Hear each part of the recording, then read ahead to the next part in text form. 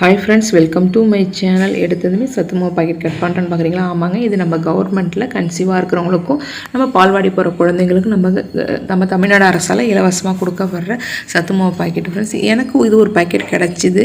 இது வந்து நான் டிசம்பர் 31 அன்னைக்கு எடுக்கிற வீடியோ. இது பசங்க கேக் வேணும், நியூ இயர் ஸ்பெஷல் அப்படின்னாங்க. சரி இதில் செய்யலாம் அப்படின்னு சொல்லிட்டு தான் இது வந்து நம்ம பிரித்து பார்த்தோம்னா கொஞ்சம் குறைன்னு தான் இருக்கும். அதனால் நம்ம ஜலிச்சு எடுத்துக்கலாம் அப்படின்னு சொல்லிட்டு எந்த பவுலால் நீங்கள் மெஷர்மெண்ட் பண்ணுறீங்களோ கடைசி வரைக்கும் மெஷர் பண்ணுங்க. அதில் நான் வந்து ஒரு பவுலால் 2 பவுல், சின்ன நார்மல் பவுலால் 2 பவுல் எடுத்துக்கிட்டேன். எடுத்து இந்த மாதிரி ஜலிச்சிக்கும் போது கொஞ்சம் பெருசாக இருக்கிறது நமக்கு ஜலிக்கும் போது நின்றுடுது. இது மாதிரி ஜலிச்சு நீங்கள் எடுத்துக்கிட்டு சில பேர் வந்து மிக்சியில் குறைன்னு ஓட்டி கூட ஜலிக்கலாம், அப்படியும் செய்யலாம். இல்லை நீங்கள் இப்படி எடுத்ததுமே மிக்சியில் ஓட்டாமல் இதுபடியும் நீங்கள் செஞ்சுக்கலாம்.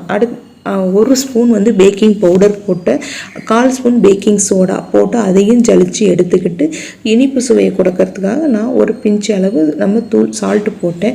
இது வந்து கவர்மெண்ட்டில் கொடுக்கறதுல வெல்லமும் போட்டு தான் இருக்கும். அதனால் நம்ம அதுக்கு தகுந்த மாதிரி இனிப்பை நம்ம சேர்த்துக்கணும். இதில் இனிப்பு நம்ம கொஞ்சம் கம்மியாக இருக்கிற மாதிரி தான் இருக்கும், அதுக்கு தகுந்த நம்ம சேர்த்துக்கலாம். அதுக்குள்ளே நான் ஒரு மிக்சி ஜாரில் 2 முட்டை உடச்சி அதில் ஊற்றிட்டு எந்த பவுலால் நான் வந்து மாவு எடுத்தனோ அந்த பவுலால் 1/2 பவுல் வந்து நாட்டு சர்க்கரை எடுத்துக்கிட்டேன்.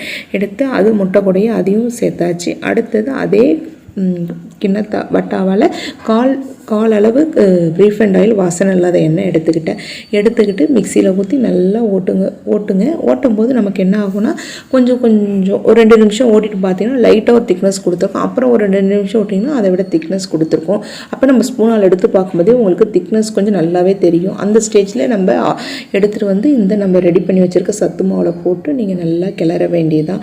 இதை மாதிரி கிளறும் போது நமக்கு ஒரு திக்காகவே இருக்கும். அப்போ வந்து நான் வந்து ஒரு பவுல் அளவு நான் பசும்பாலை காய்ச்சி ஆற வச்சுருந்தேன். அதை எடுத்துகிட்டு வந்து இதில் கொஞ்சமாக ஆட் பண்ணி நீங்கள் விஸ்கால் மிக்ஸ் பண்ணுங்கள். மிக்ஸ் பண்ணும்போது ஒரே டைரெக்ஷனில் பண்ணால் நமக்கு வந்து நல்லா பஃபியாக வரும். அதை மாதிரி செய்யும்போது இப்போ கொஞ்சமாக நான் ஆட் பண்ணுறேன். இது எனக்கு வந்து இந்த ஒரு பவுலாக அதே பவுலால் நான் ஒரு அளவு எடுத்துக்கிட்டேன் இல்லையா, ஃபுல்லாக பசும்பால். எனக்கு அதுவே பத்தலை, இன்னும் கொஞ்சம் நான் கூடவே எடுத்துக்கிட்டேன். நீங்களும் அந்த அளவு பசும்பாலை ஆற வச்சுக்கோங்க. ஏன்னா நம்ம விஸ்கால் மிக்ஸ் பண்ணி எடுத்து பார்க்கும்போது நமக்கு லேயராக போய் படிக்கணும் நம்ம எடுத்து பார்க்கும்போது.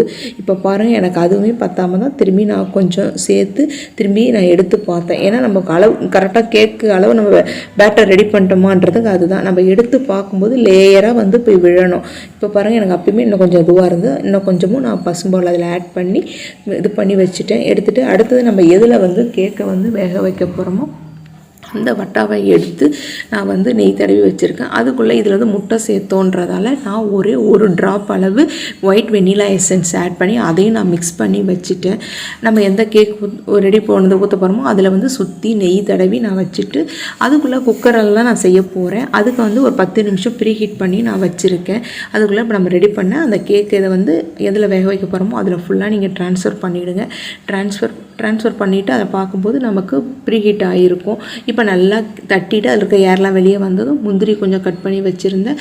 அது பொடியாக அதை மேலே தூவிட்டு அடுத்தது பாதாம் வந்து நம்ம காய் சேர்வ கட்டையால் நான் பாதாமை நல்லா சீவி அது மேலே தூவி விட்டுட்டு இப்போ அதுக்குள்ளே நமக்கு குக்கரில் ப்ரீ ஹீட் ஆகிடுச்சு.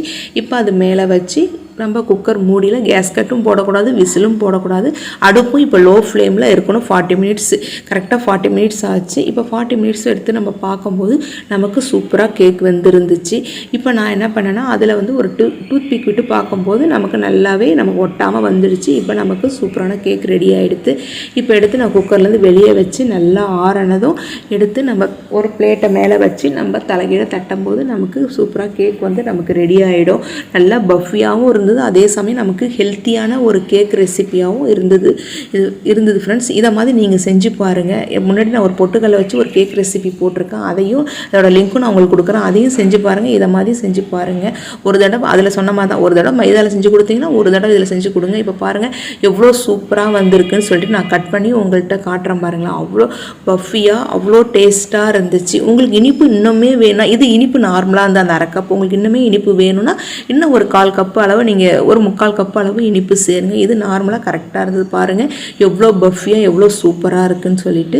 இதை மாதிரி நீங்கள் இந்த நியூ இயருக்கு இதான் இந்த கேக்கோடு தான் நாங்கள் செலிப்ரேட் பண்ணோம். நீங்கள் எப்படி செலிப்ரேட் பண்ணீங்கன்னு கமெண்ட்டில் சொல்லுங்கள் ஃப்ரெண்ட்ஸ்.